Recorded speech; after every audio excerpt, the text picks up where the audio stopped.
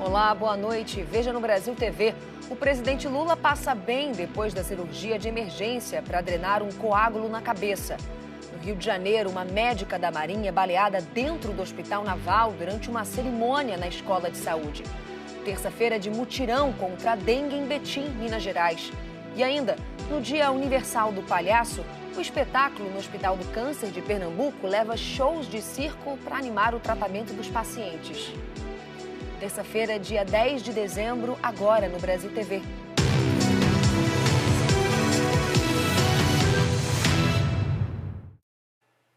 O presidente Lula se recupera bem de uma cirurgia de emergência a que ele foi submetido hoje de madrugada. Depois de sentir dor de cabeça e fazer exames, o presidente foi diagnosticado com um coágulo na cabeça. E ainda uma sequela da queda e da pancada que ele sofreu em outubro. O presidente estava em Brasília. Os médicos optaram por fazer a cirurgia em São Paulo. Lula sofreu uma queda no banheiro no Palácio da Alvorada no dia 19 de outubro. Era um sábado à noite. O presidente bateu a cabeça e levou 5 pontos na nuca. Na época, os médicos explicaram que o impacto provocou 2 pequenos coágulos na região do cérebro próxima ao olho direito. O presidente se recuperou. Desde então, vinha fazendo exames. Ontem, Lula cumpria a agenda normalmente, mas se queixava de dor de cabeça. Às 5 da tarde, ele se reuniu com os presidentes da Câmara e do Senado, Arthur Lira e Rodrigo Pacheco, no Palácio do Planalto. Logo depois, por causa das dores na cabeça, foi para o Hospital Sírio-Libanês, em Brasília. O ministro Paulo Pimenta, da Secretaria de Comunicação Social, postou um vídeo explicando o que aconteceu. Em contato com os médicos, decidiu, então, realizar uma bateria de exames no final da tarde no Hospital Sírio-Libanês, em Brasília. Realizado esses exames, foi constatada a necessidade desse procedimento cirúrgico e os médicos optaram, então, em realizar esse procedimento em São Paulo, a equipe coordenada pelo Dr. Calil. Segundo a equipe médica, uma tomografia e depois uma ressonância magnética detectaram uma hemorragia intracraniana, ainda decorrente do acidente dentro de casa, sofrido em outubro. Lula veio a São Paulo durante a noite. Um novo hematoma de 3 centímetros se formou na parte da frente, no lado esquerdo da cabeça. Os médicos explicaram que o sangue coagulado estava acumulado dentro de uma cápsula que se forma posteriormente em alguns casos em que uma pessoa bate com a cabeça. Essa cápsula se formou entre o cérebro e uma das camadas da meninge, chamada de membrana dura mater. Para retirar o sangue desse local, os cirurgiões realizaram um procedimento chamado de trepanação, em que fazem uma ou mais pequenas perfurações na cabeça para drenar o líquido acumulado, responsável pela pressão dentro do crânio, que provoca as dores que o presidente sentia. Depois do procedimento, Lula foi levado a um leito de UTI. Hoje pela manhã, os médicos disseram que o presidente está bem. A gente fez o procedimento para que esse hematoma não comprima o cérebro.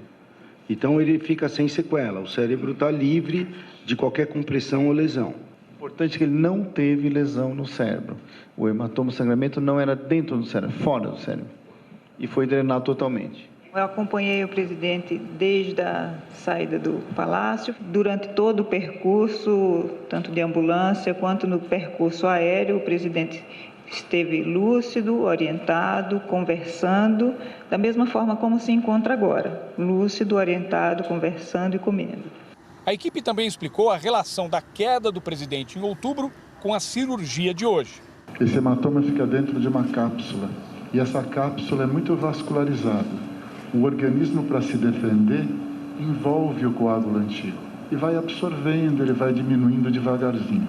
Às vezes, durante a história, essa cápsula sangra de novo. E o hematoma que estava se cronificando, ele se agudiza. Foi o que aconteceu. Era um hematoma que estava se reabsorvendo, ele estava muito bem, e pela presença dessa cápsula, ele sangrou de novo. Na fase de absorção, às vezes fica mais liquefeito o sangramento e ele acaba absorvendo mais água e estira o vasozinho e pode ter um sangramento tardio. Isso pode acontecer meses depois. Ele já tinha absorvido o primeiro sangramento e aí acabou tendo um segundo, mas é tudo provavelmente consequente à queda. Por esse motivo é que o presidente estava liberado pela equipe médica, ter uma atividade normal, mas em observação e programação de realizar os exames que ele iria realizar de qualquer dia de semana que vem, exames de rotina. O presidente deve continuar com dreno na cabeça por até 72 horas, enquanto o local onde se formou o hematoma cicatriza. Lula ficará internado em observação. A expectativa é que o presidente receba alta no início da próxima semana. 15 pessoas foram presas numa operação da Polícia Federal que investiga desvios milionários de recursos públicos. As informações com Mauro Anchieta, de Salvador. Os agentes prenderam até agora 13 pessoas aqui na Bahia. A Polícia Federal também prendeu uma pessoa em São Paulo e outra em Goiânia e ainda há 2 foragidos. Os presos são suspeitos de integrar uma organização criminosa responsável por desvios milionários de recursos públicos. De acordo com a investigação, o grupo movimentou cerca de 1 bilhão e 400 milhões de reais, sendo mais de 800 milhões em contratos firmados com órgãos públicos só em 2024. A organização teria desviado recursos de emendas parlamentares que eram destinadas a diversas prefeituras no Brasil e ao DENOX, Departamento Nacional de Obras contra as Secas. A organização criminosa, segundo a PF, desviava parte do dinheiro por meio de contratos fraudulentos para obras que eram superfaturadas ou que nem chegavam a ser realizadas. O pagamento de propinas era feito por meio de empresas de fachada com métodos que dificultavam a identificação da origem dos recursos. Entre os presos em Salvador estão um empresário do ramo de limpeza urbana, um ex-coordenador do DENOX na Bahia e um servidor da Secretaria de Educação Municipal. Na casa desse servidor foram apreendidos 700 mil reais em dinheiro vivo. O vereador Francisco Nascimento, do União Brasil, da cidade de Campo Formoso, aqui na Bahia, também foi preso.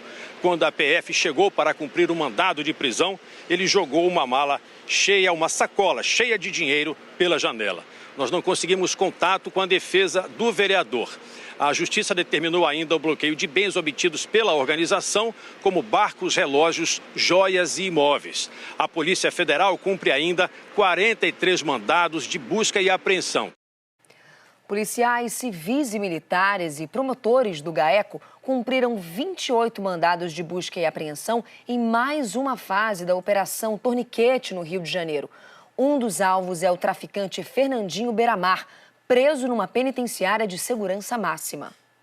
14 de junho de 2023. Dentro do caminhão, o motorista e um ajudante que transportavam eletrodomésticos. De repente, chegam os assaltantes em motos. Um deles rende o motorista. O bandido segura um bloqueador de sinal de GPS. O comparsa entra pelo outro lado e liga o aparelho. Eles saem levando as vítimas. Logo depois, os bandidos voltam. Os homens são retirados da cabine do caminhão. Os ladrões entram. Um tapa o rosto com a camisa e o outro coloca um papel na câmera.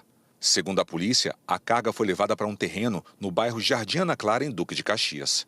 Um mês antes, mais um flagrante. Também em Caxias. 3 homens estão num caminhão. O de camisa preta é um assaltante que tinha acabado de render os funcionários da empresa. Quando o relógio marca meio-dia, o ajudante do motorista é obrigado a tirar a camisa e colocar na câmera. Nas imagens externas do caminhão, dá para ver que o veículo é levado para um terreno. Alguns dos homens que estavam ali colocam a camisa na cabeça. A câmera não mostra, mas segundo a polícia, a carga de eletrônicos estava sendo descarregada. As vítimas são liberadas. O ajudante tira a camisa da câmera. Segundo a polícia, os 2 caminhões foram alvos da mesma quadrilha de roubo de carros e cargas. Criminosos do Comando Vermelho rendem motoristas que passam pela Avenida Brasil, Washington Luiz e a Rio Magé. Os bandidos são das comunidades Cangulo, Rua 7, Jardim Ana Clara e Parque das Missões.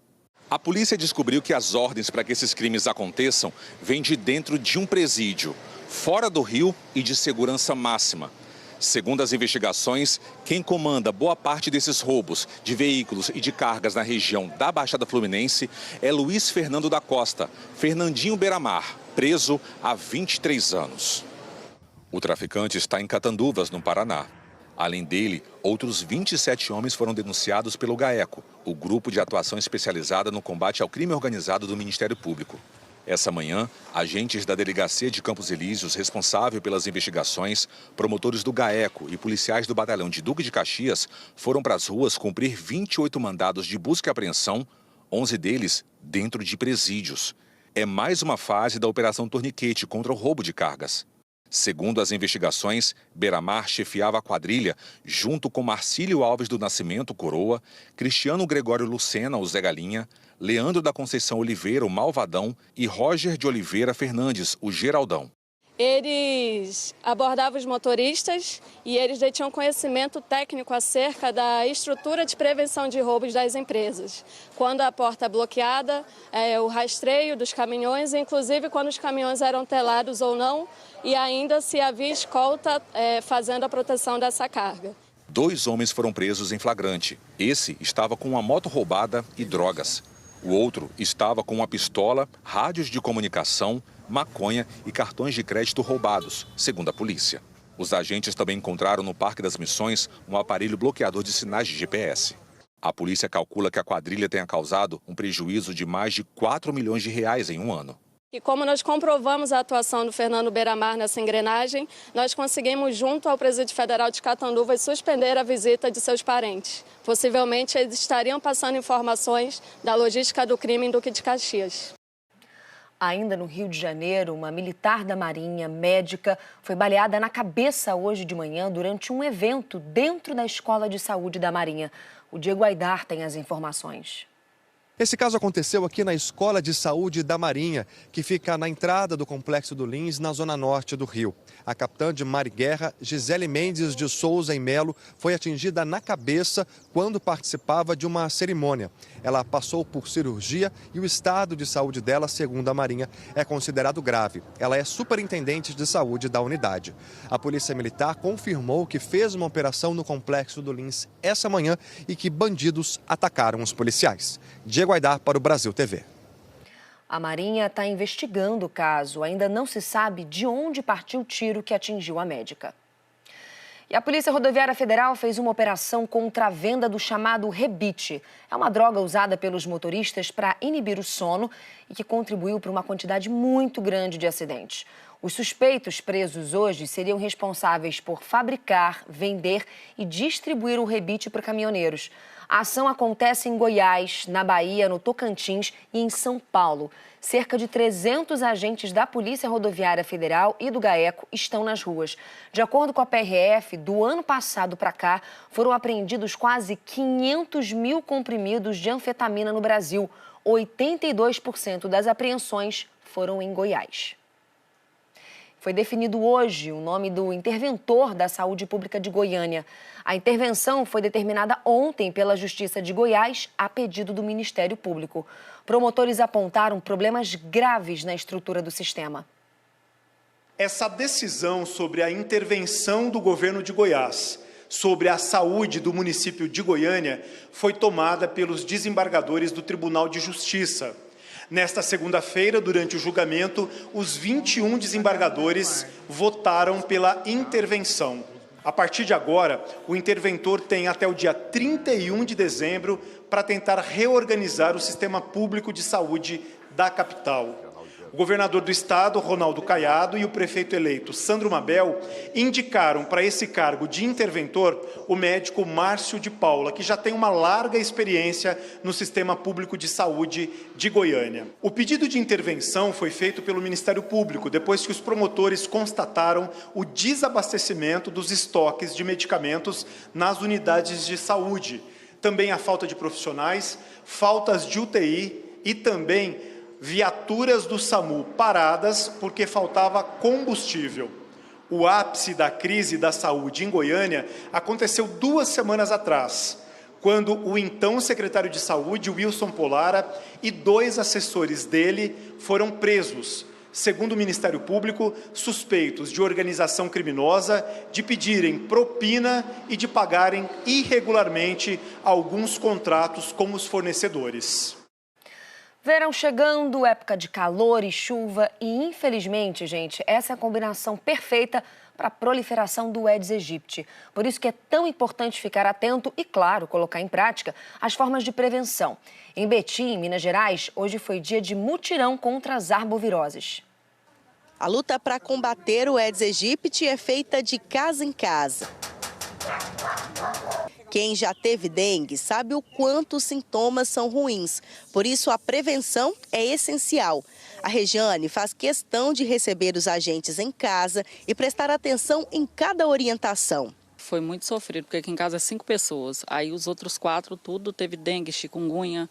Aí eu tive que cuidar de todo mundo. Nesta casa, no bairro Marimbá, em Betim, os agentes visitaram a dona Solange, que tem muitas plantas. Por isso, todo cuidado é pouco para não deixar água acumulada e criadouros do mosquito. Colocando a água depois, tá? Lavando a vasilhinha. E não deixar muito tempo a água parada aqui, né? Além da visita dos agentes, durante o mutirão de limpeza, esse caminhão também vai passar pelas ruas. É a chance que o morador tem de descartar de forma segura o entulho que está dentro de casa, que pode acumular água. Os agentes estão visitando todas as casas, orientando a retirar os inservíveis, que são potenciais criadores do mosquito Aedes aegypti, e vão passar 3 máquinas, né, recolhendo também esses resíduos, evitando e eliminando os focos antes do período crítico. Até o início deste mês, mais de 53 mil casos de dengue foram confirmados em Betim. 14 pessoas morreram. De chikungunya, no mesmo período, foram confirmados pouco mais de 3 mil casos e 5 mortes. Não foram registrados casos de zika. Nesta terça, a ação acontece também no bairro Icaivera e na semana que vem na Regional Norte. Mas todos os dias, os agentes de combate a endemias estão nas ruas para alertar os moradores. É muito perigoso, gente. Só quem já passou, já teve a dengue e a chikungunya, que é pior, sabe como que é ruim, tem que cuidar. Tem que manter tudo limpinho, tudo bonitinho. E agora a gente muda de assunto para falar sobre a reta final da campanha Papai Noel dos Correios. Há menos de uma semana para o encerramento, em Sergipe, metade das cartinhas cadastradas ainda não foi adotada.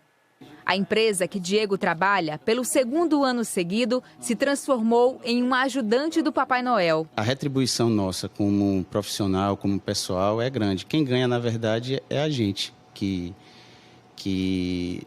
ajuda o próximo, né, e está contribuindo também para melhorar a sociedade. Contagiado, ele percorre as salas. Tem dado tão certo que a árvore que antes tinha os pedidos das crianças, agora só ficaram os enfeites. Mais de 20 cartinhas foram adotadas. A gente, como criança, nasce, né, com essa... Enfim, a gente cresce com uma ilusão, né, da época do Natal, do Papai Noel.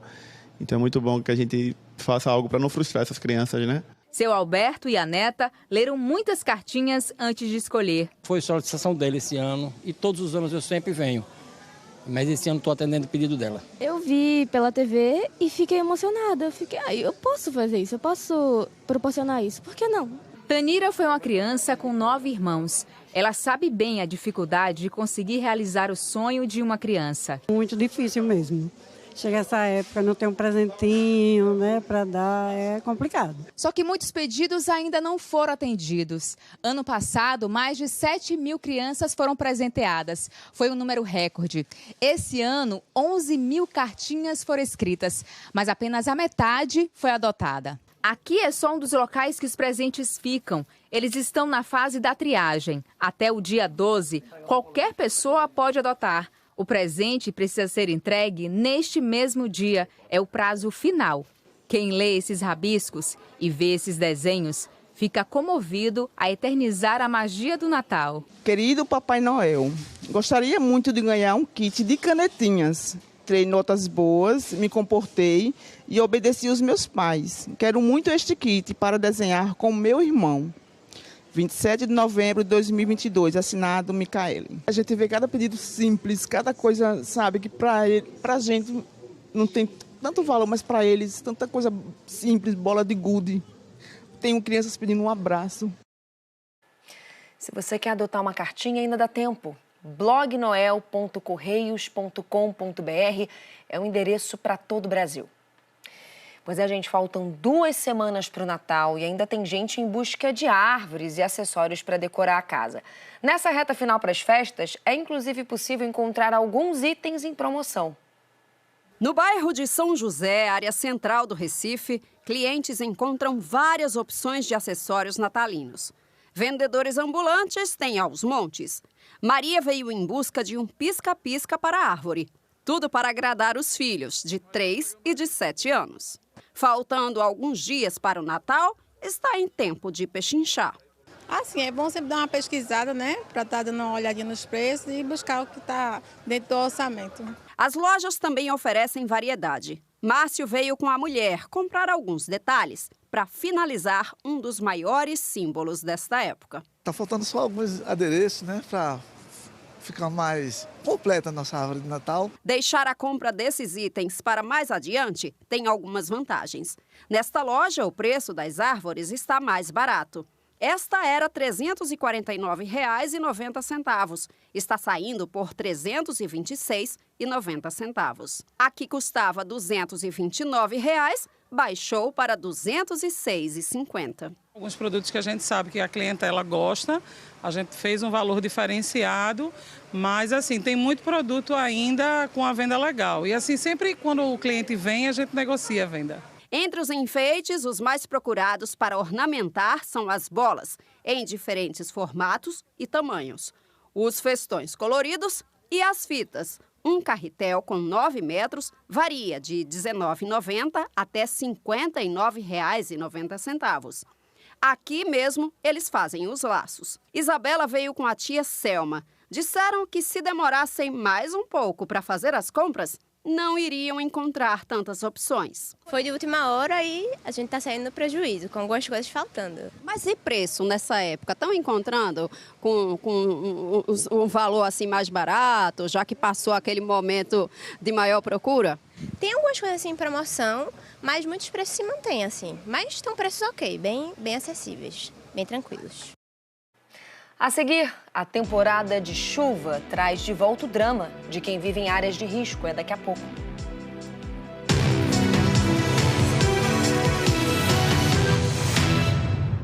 Hoje... O Chico é ex-namorado da Madalena.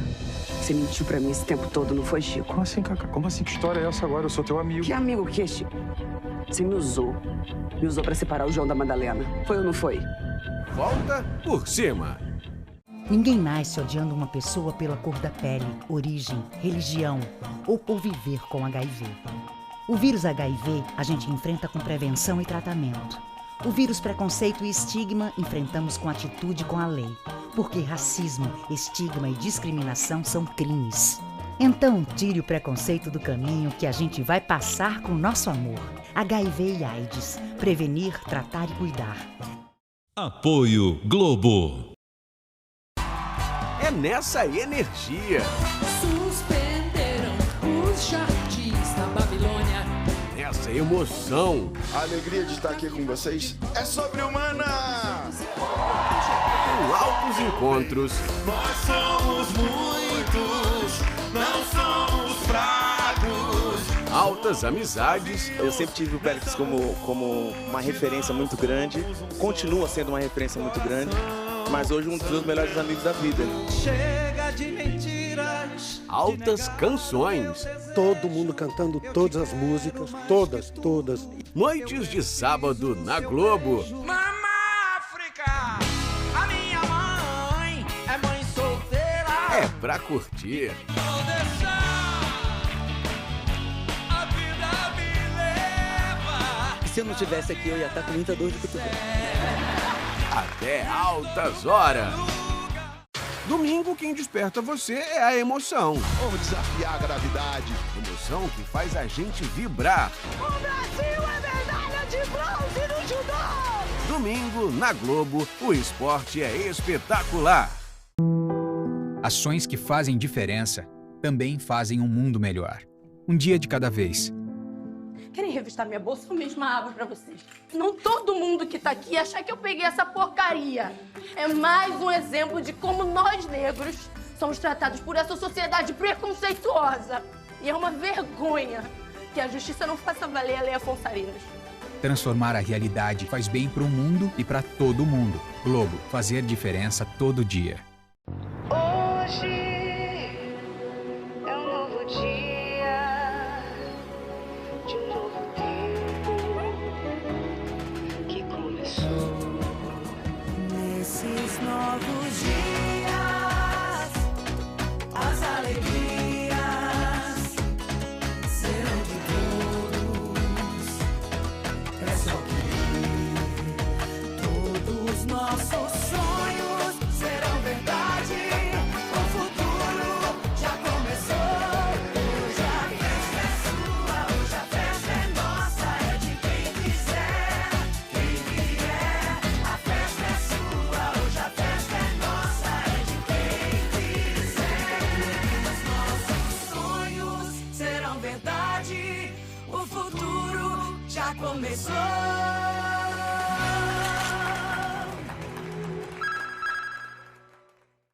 Hoje, eu vejo um senhor do crime. Todo mundo sabe que é o Rogério de Andrade. Quando explodem as guerras nas famílias Garcia e Andrade, a violência no jogo do bicho muda de patamar. Os novos sócios dos territórios dos bicheiros são policiais bandidos, pistoleiros e milicianos. Você tem a noção de que, gente, isso é uma máfia perigosíssima. É realmente assustador. hoje, depois de Resga Hits, O ringue agora tem dois protagonistas. Rogério Andrade de um lado e Bernardo Belo do outro. Eu me tornei o bode expiatório do Rogério. Agora, hoje eu sou o problema dele? Sou. Por isso aqui que a gente está fazendo. o penúltimo episódio de Vale o Escrito, a Guerra do Jogo do Bicho.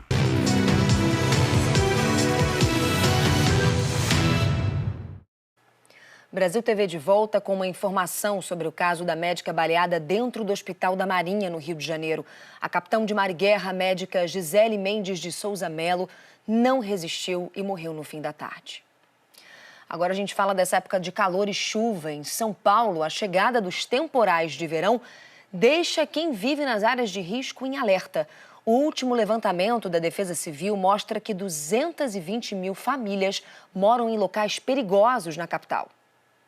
Problemas em frente à casa da Gisela são inúmeros. E quando ameaça chover, ela e os vizinhos já ficam em alerta. Medo, né, de perder a casa, a gente tem filhos pequenos, medo de acontecer o pior, que a gente vê tanto lugar aí desabando, né? Então o medo aumenta. Quando veio a tempestade mesmo, a gente fica com o coração na mão, né? Eles vêm, falam que é área de risco, mas não faz nada, né? Falou que vai tirar a gente daqui, a gente tá esperando. Essa daqui atravessa Manuel Belizar, que fica aqui na Vila Itaberaba, na Brasilândia. E esse local é considerado área de risco. E quando chove, os moradores têm receio da água desse córrego subir e transbordar. Além disso, nenhuma das casas aqui tem rede de esgoto ligada. Então, todos esses canos que a gente vai ver aqui na extensão do córrego, eles são a rede de esgoto dos moradores que joga toda a sujeira das casas diretamente aqui para essa água suja. A gente viu que eles fizeram alguma coisa ali na frente, fecharam um pedaço do córrego, estão tentando fazer um lazer ali para as crianças, mas a realidade, né, que é o que vocês estão vendo. A Kelly mora aqui faz 35 anos. Sempre foi assim, sempre foi o céu aberto, o esgoto, quando dá enchente ninguém entra, ninguém sai, e é um caos total. E ela vai até lá no fundo, é muitas pessoas. Todo mundo na beira do esgoto. Todo mundo na beira do córrego, todo mundo. O mapeamento mais recente da Defesa Civil Municipal mostra que em um ano a capital teve 14.800 novas moradias em áreas de risco. São 219.700 famílias vivendo em lugares onde pode ter inundações e deslizamentos. Uma nova ferramenta para envio de alerta para os moradores pelo celular começou a funcionar. Eles não precisam mais estar cadastrados na Defesa Civil do Estado. Todos os celulares conectados a antenas de telefonia nas regiões de risco vão receber avisos sonoros e mensagens de texto com orientação sobre como sair dali e para onde ir. E com a chegada dos temporais de verão, as equipes já estão trabalhando na prevenção de novas tragédias. Líderes comunitários vão ajudar nesse trabalho. Hoje, os líderes comunitários eles estão sendo treinados, orientados a respeito dos riscos que tem ali naquela localidade onde eles lideram né, como líderes comunitários multiplicadores desse conhecimento, para que, em uma situação de anormalidade, todo aquele bairro, toda aquela comunidade saiba o que fazer nessa situação extrema. A Prefeitura de São Paulo disse que faz um estudo sobre a drenagem e as alternativas para melhorar o funcionamento do sistema de águas na Brasilândia, que esse trabalho deve ser concluído no primeiro semestre do ano que vem. Falou também que está construindo uma nova galeria na avenida mostrada na reportagem e que a obra será entregue em maio de 2026. Hoje, 10 de dezembro, é o Dia Universal do Palhaço. A gente celebra esses personagens icônicos que atravessam gerações, levando alegria. São engraçados, são legais. Então vamos começar a palhaçada, porque hoje é o Dia Internacional do Palhaço! Ai, que bonitinho! Esse é o Microbinho, que vem de uma família de palhaços e há 10 anos se apresenta junto de sua trupe pelas ruas e palcos do Acre. O nariz é característico. Em cima de um monociclo, jogando malabares ou fazendo acrobacias. Com uma boa dose de alegria, eles espalham risos e encantam crianças e adultos por onde passam. Por trás do Microbinho, esse que vocês conheceram, existe um outro personagem também por detrás, onde nasceu o Microbinho, que é justamente o Rogério. Rogério, conta pra gente como é que nasceu o Microbinho. Meu pai e minha mãe eram palhaços. E aí, desde criança, eu sou palhaço. Eu nem me lembro um momento assim que, de repente, agora eu comecei a fazer o Microbinho. Não, quando eu me lembro, eu já era. Entendeu? Eu já fazia show com meu pai nas ruas, nas praças, em aniversários, em eventos, enfim. Qualquer hora é hora de aprontar. Durante a produção dessa reportagem especial, eles decidiram pregar uma peça no repórter. Ei, vamos esconder o microfone dele.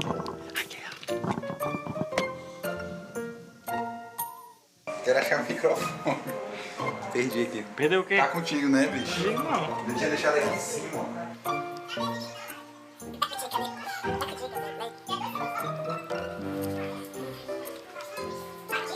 E aí, me diga aqui como você se sente sem encontrar seu microfone? O repórter sem microfone. Sabia que ia estar bem guardado. É verdade? Verdade. Conversa, não sabe nem onde estava, como é que sabia, mas qualquer coisa, esse aqui também serve de microfone, ó. Esse aqui serve de microfone. Vou testar. No Hospital do Câncer de Pernambuco, hoje teve comemoração pelo Dia do Palhaço, com direito a shows de palhaços e, claro, de outros artistas de circo. Com o nariz vermelho, roupa colorida, cabelo estiloso e com um coração gigante, os palhaços mostram que um sorriso também é remédio. No Dia Universal do Palhaço, o Hospital do Câncer, no bairro de Santo Amaro, recebeu a visita de artistas do circo americano, que está pela primeira vez no Recife. Palhaços, malabaristas e equilibristas levaram leveza a pacientes que estão em tratamento. Eu sou paciente, eu tive câncer de mama faz 17 anos. Há pouco tempo também teve um filho que teve câncer, retirou 33 tumores. Teve um AVC, então eu estava precisando muito dessa alegria. Luiz, câmera, ação! Hey! Um dia para celebrar a arte de fazer rir. E aqui o show foi um espetáculo para os pacientes do hospital. Teve risada, malabarismo e algo que vai muito além de um show. O amor que é transmitido em cada sorriso. É importante. Porque é para alegrar a gente, que a gente toma doente, né? Para alegrar, graças a Deus, em nome de Jesus. A arte da palhaçaria é um ofício que une talento e dedicação. Além de fazer rir, o palhaço Manzanita também é craque no malabarismo. E esta manhã aqui a gente recebeu muita alegria, porque nós venhamos alegrar as pessoas e, ao final, nós que termina alegrando nosso coração. Entre malabares e piadas, os palhaços criam um universo onde qualquer pessoa pode se sentir criança novamente e esquecer os problemas. Nesse momento a gente esquece tudo, faz só sorrir, alegrias e muita emoção nesse momento.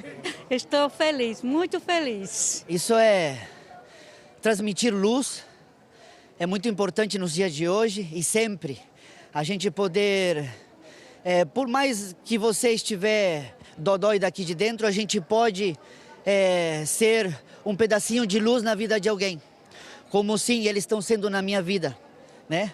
Porque aqui a emoção e a tristeza, a alegria vai lá em cima ao mesmo tempo, então é gratificante. No final, quem ri por último é o coração, agradecido por tanta alegria. O Brasil TV fica por aqui. Outras notícias você vê no Jornal Nacional às 8h30 da noite, hora de Brasília. Uma ótima noite para você. Até amanhã. Tchau, tchau.